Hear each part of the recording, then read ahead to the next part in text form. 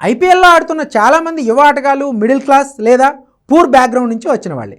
తమలో ఉన్న cricket టాలెంట్తో franchise దృష్టిలో పడి ఇప్పుడు ఐపీఎల్లో వేదికగా అదరగొట్టేస్తున్నారు. ఈ క్రమంలోనే బీహారీ చిన్నోడు 14 ఏళ్ల వైభవ్ సూర్యవంశీ రిచెస్ క్రికెట్ లీగ్లో దుమ్ము రేపుతున్నాడు. అరంగేట్లో తాను ఆడిన తొలి బంతికే సిక్సర్ బాదిన వైభవ్ ఇప్పుడు గుజరాత్ టైటన్స్పై ఏకంగా సెంచరీ బాదేశాడు. దీంతో మరోసారి వైభవ్ సూర్యవంశీ భారత్ క్రికెట్లో హాట్ టాపిక్ అయ్యాడు. అండర్ 15 ఆడాల్సిన వయసులో ఏకంగా ఐపీఎల్లో వరల్డ్ క్లాస్ బౌలర్ను ఉతికారేయడం ఇక్కడ అందరినీ ఆశ్చర్యపరుస్తుంది. ప్రస్తుతం సోషల్ మీడియాలో వైభవ్ సూర్యవంశీ బ్యాక్గ్రౌండ్ గురించి మరోసారి నెటిజన్లు తెగ సెర్చ్ చేస్తున్నారు. బీహార్లోని మోతీపూర్ గ్రామంలో వైభవ్ సూర్యవంశీ మార్చి 27, 2011న జన్మించాడు. తండ్రి సంజీవ్ సూర్యవంశీ ప్రోత్సాహంతో చిన్నప్పటి నుంచే క్రికెట్పై ఆసక్తి పెంచుకున్నాడు. కుమారుణ్ణి క్రికెటర్గా చేసేందుకు ఆయన ఎన్నో త్యాగాలు చేశాడు. ఆయన క్రికెటర్ కావాలని కలలు కన్నాడు. కానీ కుటుంబ పరిస్థితుల వల్ల సాధ్యం కాలేదు.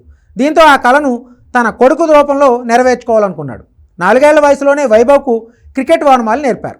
ఆ తర్వాత సమస్తిపూర్లోని ఒక క్రికెట్ అకాడమీలో చేర్పించారు. అనంతరం మాజీ రంజీ ప్లేయర్ మనీష్ ఓజా దగ్గర శిక్షణ ఇప్పించారు. ఒక సాధారణ రైతు అయినప్పటికీ తన కుమారుడు క్రికెటర్గా ఎదగాలనే కలను సాకారం చేయడానికి సంజీవ్ ఎన్నో త్యాగాలు చేశారు. వైభవ్ క్రికెట్ శిక్షణ ఖర్చులు భారం కావడంతో తనకున్న కొంత భూమిని కూడా అమ్మేశారు. 9 ఏళ్ల వయసులో వైభవ్ 100 కిలోమీటర్లు ప్రయాణించి పాట్నాలోని క్రికెట్ అకాడమీకి తీసుకెళ్లేవారు. వైభవ్తో పాటు అతను బౌలింగ్ చేసే నెట్ బౌలర్ల కోసం దాదాపు 10 టిఫిన్ బాక్సులు పట్టుకెళ్లేవారు. ఈ విషయాలను తాజాగా ఓ ఇంటర్వ్యూలో సంజీవ్ పంచుకున్నారు. వైభవ్ సూర్యవంశీ నెట్స్లో తీవ్రంగా శ్రమించేవాడని అతని కోచ్ మనీష్ ఓజా చెప్పుకొచ్చారు. ఉదయం 7:30 నుంచే శిక్షణ ప్రారంభించేవాడని, ప్రతిరోజు 600 బంతులు ఆడేవాడని చెప్పారు. ఈ కఠినమైన దినచర్య 4 ఏళ్ల పాటు కొనసాగిందన్నారు. ఫాస్ట్ బౌలర్లను ఎదుర్కోవడానికి వీలుగా గంటకు 150 కిలోమీటర్ల వేగంతో వచ్చే సైడ్ ఆర్మ్ త్రో డౌన్లు కూడా ప్రాక్టీస్ చేసేవాడని మనీష్ ఓజా పేర్కొన్నారు. వైభవ్ టాల్గేవ్లోని అత్యాధునిక అకాడమీలో కూడా శిక్షణ పొందాడని చెప్పుకొచ్చారు.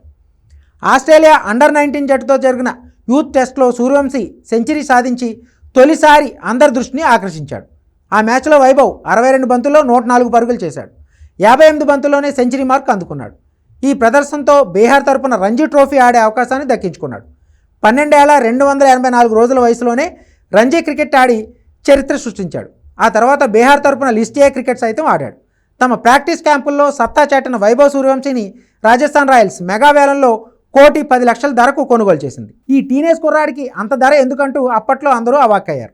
కెప్టెన్ సంజు శాంసన్ గాయంతో జట్టుకు దూరం అవడంతో ఇప్పుడు వైభవ్ సూర్యవంశీకి తుది జట్టులో చోటు దక్కింది.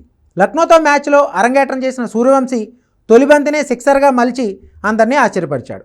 ఈ సీజన్లో వైభవ్ సూర్యవంశీ కేవలం 3 మ్యాచ్లు ఆడి 151 పరుగులు చేశాడు. గుజరాత్ టైటన్స్పై 101 పరుగులు చేయగా మిగతా 2 మ్యాచ్ల్లో 50 పరుగులు చేశాడు. ఈ సీజన్లో రాజస్థాన్ రాయల్స్ ప్లే ఆఫ్స్కు ముందు మరో 4 మ్యాచ్లు ఆడాల్సి ఉంది. ఈ 4 మ్యాచ్ల్లో అతను ఇంకెన్ని అద్భుతాలు చేస్తాడో చూడాలి.